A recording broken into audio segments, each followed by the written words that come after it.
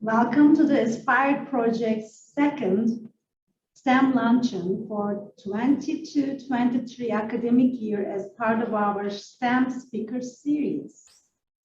I'm the PI of the Aspire Project, which is NSF-funded advanced grant, and my name is Ezra Özdenero, Professor of Earth Sciences. For some of you, this could be your first participation. So I would like to give information about Aspire Project. Aspire stands for Adaptations for Sustainable Policies and Increased Recruitment Excellence in Diversity. We adopt evidence-based strategies from other advanced institutions to change the institutional climate at the University of Memphis and increase gender equity in recruitment, hiring, retention, and advancement in STEM for STEM women faculty. Through Aspire's Connect program, we aim to address isolation problem identified by STEM women faculty. Connect will improve social and professional connections to increase women faculty's sense of community and prospects for professional advancement within their departments through mentoring, networking, and professional development opportunities. As part of the Connect program, the primary focus of the STEM speaker series will be to provide mentor and mentees participating in the Connect Women Mentoring Women program the opportunity to connect with one another and develop professionally. These luncheons address the problems of isolation and ambiguity about career advancement, work-life balance issues expressed by the women faculty across STEM departments, as faculty across the community, individuals with STEM expertise within the Memphis community will be, invited to attend. So this is our third year, and we've been doing this STEM speaker series every year. As STEM series held on campus 2 times a semester. Each gathering provides a professional development and networking opportunity. And each series involves a speaker, 30-minute presentation, and a workshop to emphasize areas such as mentoring, developing leadership skills, navigating the social challenges of being a underrepresented minority women faculty. So also these presentations are on Zoom, webcast live. So now I'm going to recognize today's speaker. Everyone on Zoom, I can see the participants as well. Dr. Alfred Hall, he's the Assistant Dean of the College of Education. He's our own.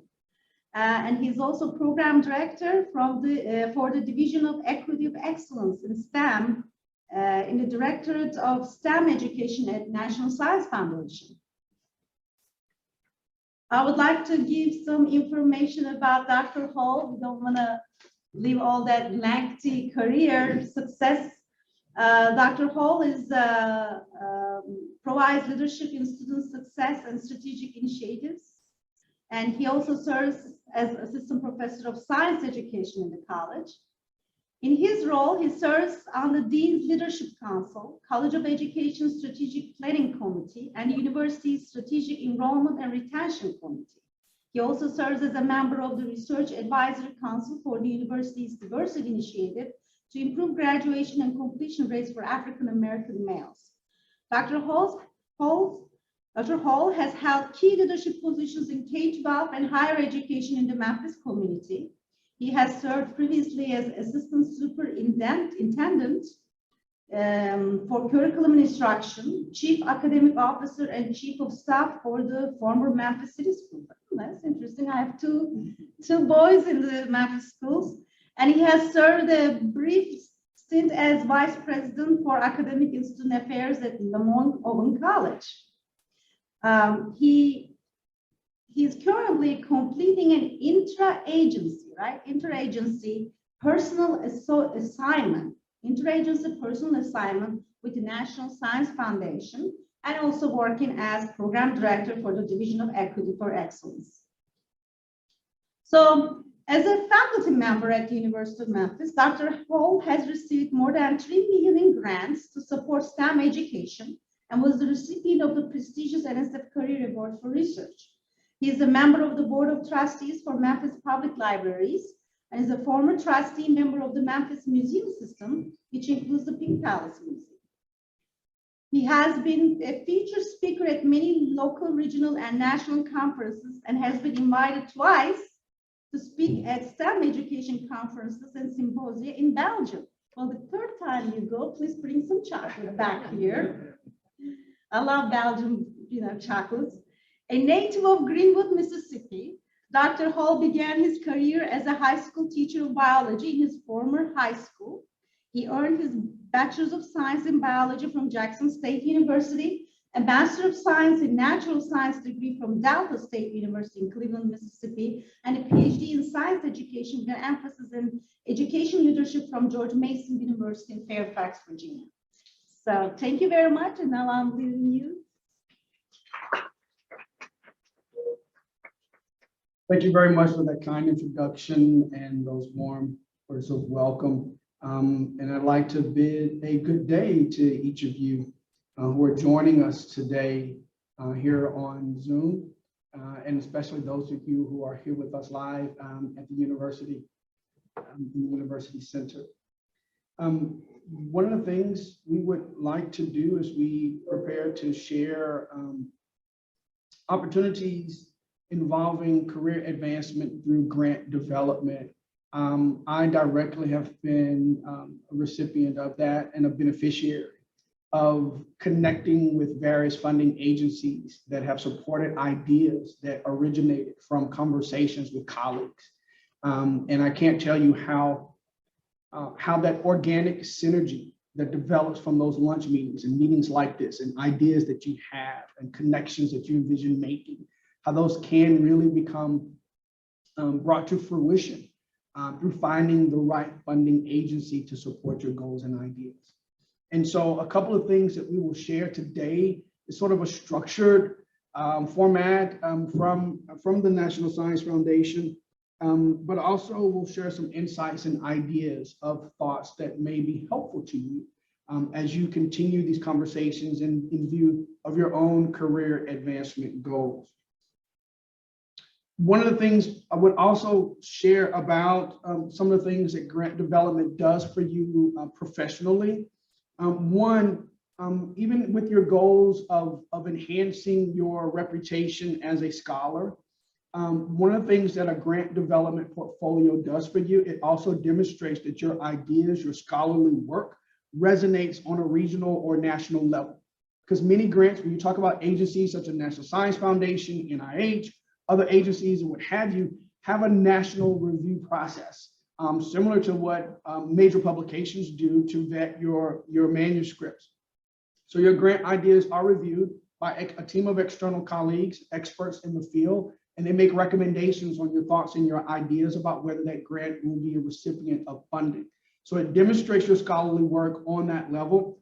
It also provides an opportunity for you to demonstrate and in some cases develop program management and budget management skills. But again, based on what your goals are professionally and working with a grant process, it not only demonstrates your ability to conduct the research, but also now it demonstrates your ability to sort of manage the external resources that come in to support your research.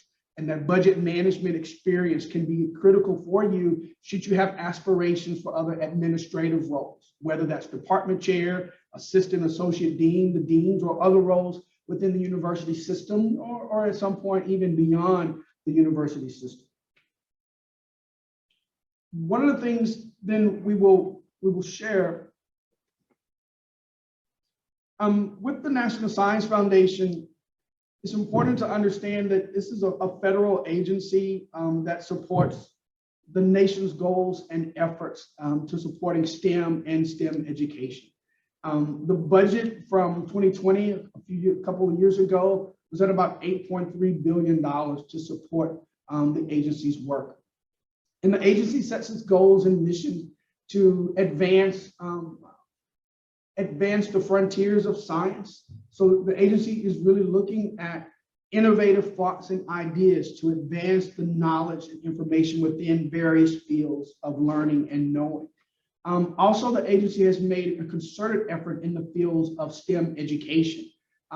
Recently, and I've been on board now with my interagency personnel assignment, referred to as an IPA assignment. I've been about 1 month into this work now, and even within this 1 month period of time, my particular directorate has undergone a name change. A lot of work that had taken place over a year in advance, but now it has officially been renamed. So I now work for the directorate that is entitled STEM Education, because they wanted to emphasize the focus. At one point, it was called Human Resource Development, and Education and Human Resources, and now it's been referred to as STEM Education to make sure that that emphasis is primary. And then within that directorate, there are multiple divisions that support this work as well. And division to which I'm assigned at one point was called Human Resources Development. And in the past, it would get confused about, is this actually the human resource arm for National Science Foundation? Is this where I apply if I'm interested in working at NSF or other things related to human resources? But now it has been renamed the Division of Equity for Excellence in STEM. And they had a lot of thought and effort that went behind that to really look at what is being done to address actions of equity to directly support those who have been underrepresented in STEM. And that goes all the way from underrepresented minorities to women to persons with disabilities and all that may be included in those settings. And so it designs now programs that specifically provide those supports. So, and before I go further, I do want to share that while I am still officially an employee of the University of Memphis and now being assigned to the National Science Foundation, that the comments that are being shared in this talk today do not represent the views or opinions of the National Science Foundation. They are solely those of this particular program director.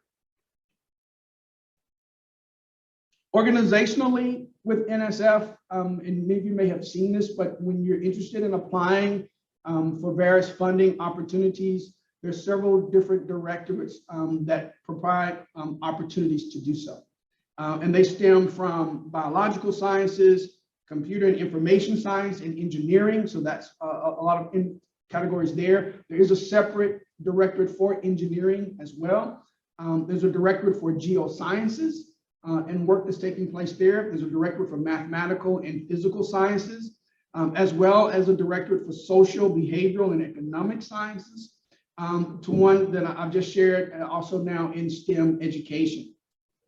And those that are supporting in STEM education, not only are we supporting colleges and universities in areas of STEM and education, we fund a lot of grant proposals and ideas for those who are interested in, again, equity for excellence in STEM and looking at supporting undergraduate education. There's a program for graduate education work. There's also programs to target for minority serving institutions, whether they are Hispanic serving institutions, historically Black colleges and universities. There are programs that support tribal colleges and universities across the nation, and others in that setting. And so those are the primary directorates that support the work in grant opportunities.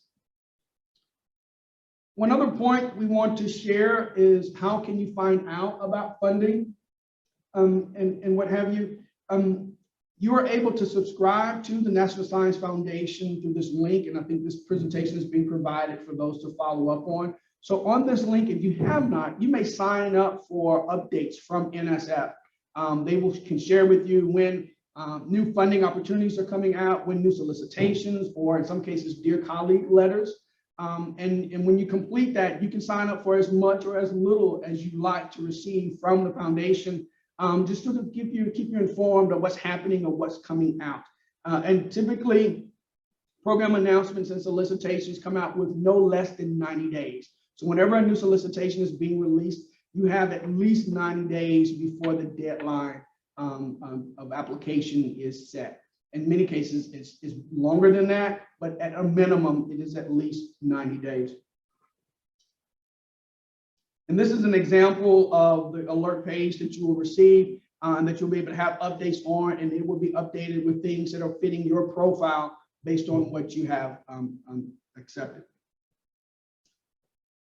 couple of other funding opportunities that are available, and I will share one particular. The Career Award is award that is funded across all of the different directorates at NSF. It's not specifically tied to one particular area of discipline. And it's an opportunity designed for faculty to engage in early career development research. So this type of award is set for faculty, interested faculty, tenure track faculty. So it's a non-tenured faculty, but you're on a tenure track line. And this is an opportunity for you to really refine your research, to establish a foundation for your research and growth. So if you are interested in such a career award that applies to you, or some that you may be mentoring, new faculty that are coming in, some that you may have been assigned to from a mentoring perspective, feel free to encourage them to seek out such opportunities for the Career Award. One of the things about it, it gives you a chance to really establish your research and gets your foot in the door. And the one thing about grant opportunities, and I will share in terms of what happens, especially in NSF, the first one is the toughest. And getting your foot in the door, understanding the process, understanding what it's like, building a reputation for yourself, for your name, that really helps. Having that experience of prior funding research demonstrates your ability to do more. And then you're able to go after larger grant awards or the opportunities such as that. And that can be extremely helpful for you of getting through that first one. And I will share a little bit more about that in just a moment. So a couple of other thoughts about preparing for your proposal and for writing the grants, and I'm not quite sure how the link of what I'm sharing. Maybe that's better. Getting started on writing your proposal. One is setting early and realistic goals. One of the most, even in my own personal grant development experience, the grants that did not receive good ratings or good support were grants that we rushed out the door. We had a deadline coming up. Someone thought it was a great idea. Oh wow, okay, so we're in October. There's a grant that's due November 15th. Are you interested? And you think in your heart, in your mind, you know, I have a good idea. The funding would be great. It would be a great opportunity. And then you pray, I don't want to let this opportunity pass. So let's pull something together. And you work and you pull something together, and even you may have a team or something that assemble, but it comes across very clearly that this was something that was pulled together at the last minute. So one thing that we would encourage, and I have learned from experience, sometimes it's better to pass on that short window if you really don't have the thoughts and ideas together. In many cases, these funding cycles are recurring. So if this funding was due, if the proposal was due November 15th of this year, it's more than likely going to be due in mid-November the next year. And instead of rushing and getting this out of the door, it's better to really continue to organize, to refine your ideas, to really think through the process of organizing the information and material, and really prepare a stronger review the next cycle. Another point that many those who are interested in applying for grant opportunities may not realize, and I know this is the case, especially at NSF, feel free to reach out to a program officer about your thought and idea. There's a list of program officers that are assigned to that particular award. If you are interested in, feel free to send an email, or in some cases, the phone numbers. Feel free to give some call and say, hey, I saw the solicitation. I'm really interested in this particular grant opportunity. And here's an idea that I'm having. And I'm just trying to find out, does it align with what the foundation is looking for this? Now, a program officer is not going to be able to walk you through everything, but they can help make sure you feel if you're on the right track. Or to saying, well, what you're sharing is very interesting, but that may be more aligned to another funding opportunity in a different area at a different time. For this particular solicitation, we're really looking for X, Y, and Z. And one thing that they will share, and what we're able to share, is going to be clearly written in the solicitation itself. So if you have a thought of idea and the title of the grant funding opportunity looks great, and it fits your title for the proposal you're writing, you really want to make sure you read through the solicitation and look at the requirements of what is being expected for that, because that is going to be the language that the program officers, what we're going to direct you back to. The questions that we have are all going to be grounded in that solicitation information. So the more familiar you become with that, the more you're able to organize your information in that regard, the more your program is going to be aligned and connected with that.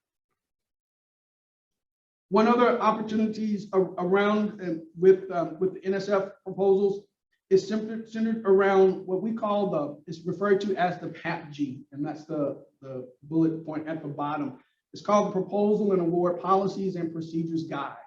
That's the structure for how NSF programs are funded, how they're structured, the requirements for each of those respective sections. The one other piece that you don't want to get caught in, again, especially, and I will share this, one thing about the University of Memphis is that we have an exceptional pre-awards program structure here at the university. That is not the case for every college or university across the land. One thing about submitting grants and proposals through the University of Memphis is that you, as a potential principal investigator or project director, you won't be submitting that proposal. The university submits that on your behalf. And the university has a series of checks and balances to make sure that all the particular components of the proposals are being met before that grant is being submitted. And so one of the things that we would ask is that if you are interested in many cases, many colleges have their own pre-awards coordinator, have a conversation with that person the moment you're becoming interested in a grant opportunity. Find out who that person is in your college, reach out to them and begin to have those conversations with them as you're developing your proposal. Because what it does, it puts it on their radar in terms of when the deadline is in place. They know because they are familiar with the PAPG, with all of the formal requirements that have to be submitted, what your biosketch has to look like, how it has to fit within the 2 or 3 page format, how the budget has to be organized, how it has to be calculated. They can help and provide assistance with that. All the other components about how you're going to manage your data, what kind of equipment, are you allowed to purchase equipment on this particular grant? All those kind of things, you can work with them to ensure that all those structures are met, because if they're not, and a proposal is submitted, and some of those key components of the PAPG are not met, your proposal can be disqualified before it even gets to review. Such as there's a limit of 15 pages within your description of the project. If you go over that amount or that mark, your proposal can be dismissed without even providing you feedback. In terms of which is that. So have a conversation with your pre-awards coordinators, find out who they are, establish those relationships with them to be able to help. And that's the one other piece that I do want to share about grant development, assisting and providing you with your career advancement goals. It's really about relationships. And because I haven't met a program director or a principal investigator that has done a complete work on their grant project alone. To be successful as a principal investigator, one has had to establish good relationships with your pre-awards coordinator and realize that they are critical to your success. You may have the ideas and you may be able to write those ideas out in paper, but your awards coordinators help to make sure the structure is set, that the structure meets the requirements of the foundation and all the things are met and submitted in time. You have to have relationships with your program officers who are assigned to your award. Should you be granted an opportunity to receive funding for that award, establishing those relationships with the program officer of making sure you're doing what you said you were going to do in the grant project. When there become times when you need to deviate from that because something came up that you did not anticipate, you have to have the relationship with your program officer to be able to say, hey, we need to move and shift in this direction instead of where we were going because of X, Y, and Z. That relationship can determine, can you get permission or authorization to deviate slightly from what you were proposing. And then also it centers around your relationship in your respective fields, because it's the relationships of colleagues that you're sharing your thoughts and ideas with, you're presenting your findings in conferences, you're writing manuscripts and having your publications in those particular areas, and your reputation as a scholar in your particular area, that is all stemmed also from the relationships that you have and develop. So those all are very important. Even if you have, a grant award that is really research specific and is grounded in your science in the laboratory, and although you may be spending a lot of that time as an individual in that space, the relationships are still so important. And so we want to make sure that you make time for that and see that as whether that's a growth opportunity or an opportunity for you to expand your skill sets and development areas in that particular space. A couple other thoughts and ideas, and then I'll pause to take questions or other thoughts that you may have. One of the things, as we mentioned, around the proposal and award procedures, and it speaks around the proposal and awards guide, But there are two other things that I want to share here about your grant awards and should you plan to submit proposals to the National Science Foundation. There are two major components of every grant at the agency that you will have to address. One is called intellectual merit. The second is called broadening participation. Every grant project or proposal that comes through will be reviewed with those two criteria in mind. What is the intellectual merit of your idea? And you have to demonstrate in the 15 pages or so that you have in your proposal to demonstrate the intellectual merit. How will your idea, if funded and implemented, how is it going to advance knowledge in your field? Simple as that. You have to have that thought and idea, which means you have to have some idea of what has already happened and taken place in the space. So you develop a literature review section and you talk about other work that may be similar to what you're proposing. Here's what has already been learned about this thought and idea.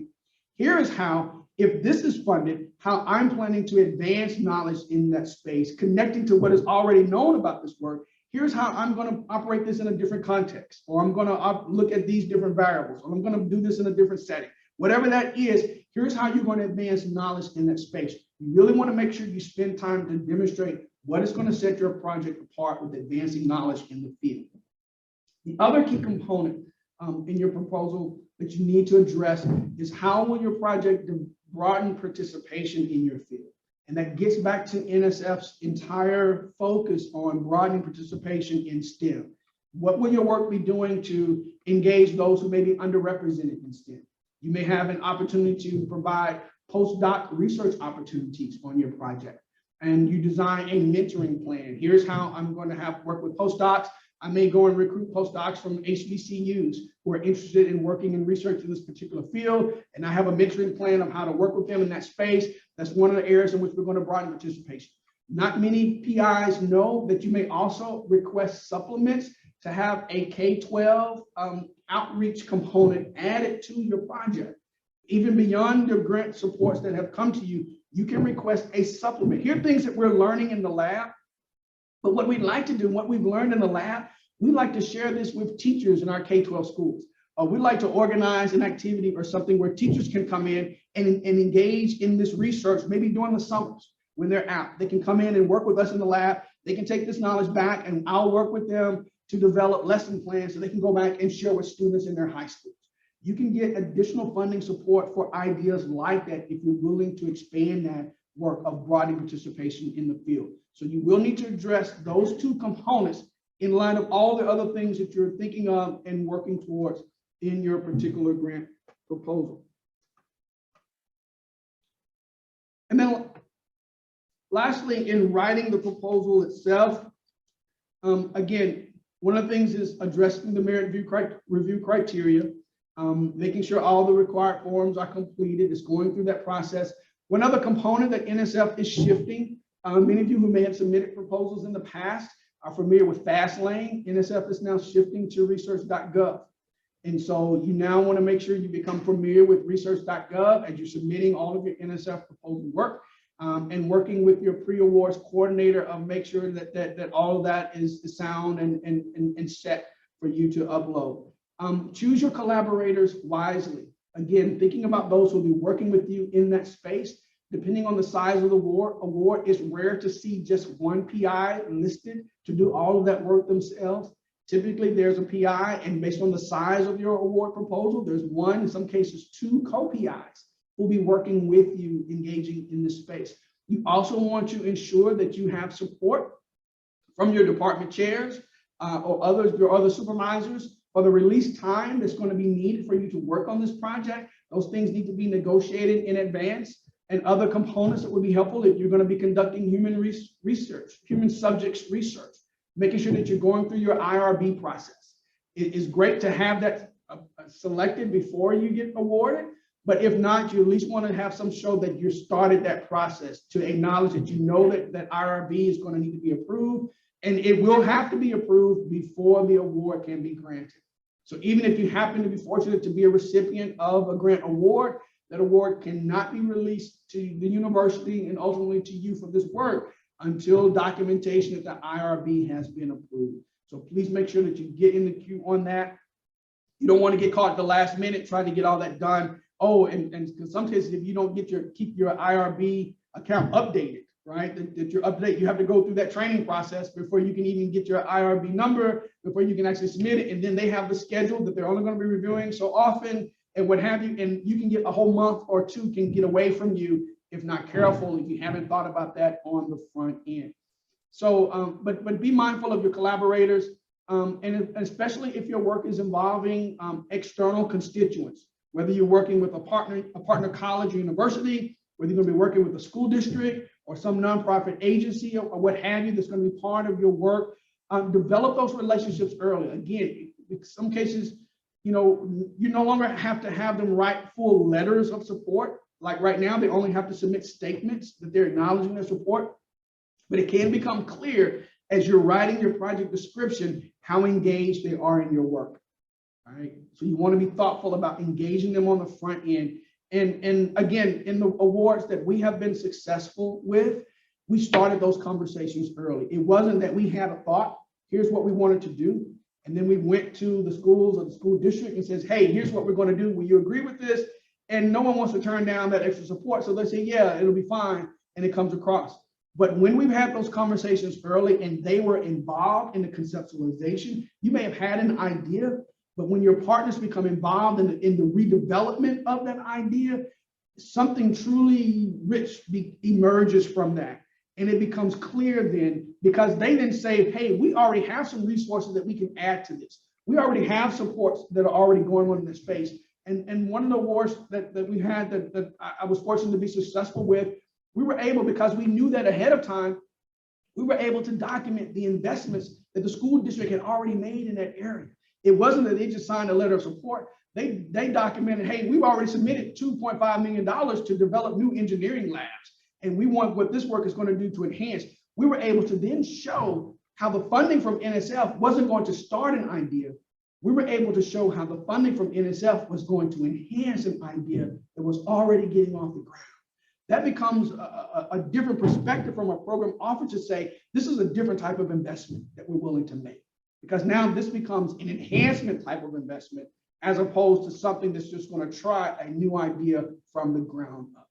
So the more you are familiar with your partners, your collaborators, the more you understand what may already been in place, you can describe that in your project description so that you can really help show the foundation in terms of where, at what point, does an external funding help to support your thoughts and ideas. And then the last point on this, I will share, should you receive notification that your project was not funded, take the feedback to heart. One thing that happens when your project is being reviewed, it's being reviewed by a group of panelists. Each of them provides individual reviews on your project. And as you're reviewing your feedback, you have to read through it. Some of the feedback can be helpful. Unfortunately, in some cases, you may feel that it may not be as helpful, but at least take it to heart in terms of what are they showing, in terms of what they liked about your project idea, what they felt didn't really meet the goals and expectations of what the program was originally funded to do. And then have an opportunity to revise. Afterwards, you may then have conversations with the program officers again and say, hey, I'm looking at resubmitting this project idea by making some of these modifications based on the feedback that I received, and put it back on their radar to resubmit. Just like you would with a grant, with a manuscript that you received and it was not published the first time. You take that feedback, you work through the revisions, and you go towards resubmission, you keep working it through it. Your grant ideas can be exactly the same. Continue to strengthen, refine, and ultimately you can receive and achieve success with those. And so lastly, just a few other links that'll be here on the shared screen with other resources from NSF, other guides to programs and what have you. And again, feel free to reach out to other program officers. And for NSF related work, my email address on this is alfhall@nsf.gov. I'll be happy to follow up with you and to try to connect you. Again, I'm aligned in this division of STEM education. And so if you're interested in other agencies, I have not met many of the other program directors there, but we'll work to try to get you connected if need be, but we'll be happy to help any way that we can. So I want to pause here now for, I think there may be maybe 5 to 10 minutes or so for for questions or thoughts that we have. And again, I will try to be as responsive as I can, but we've been doing this work for about maybe a little over a month. So there's a lot that I'm still learning, but I'm grateful for the opportunity.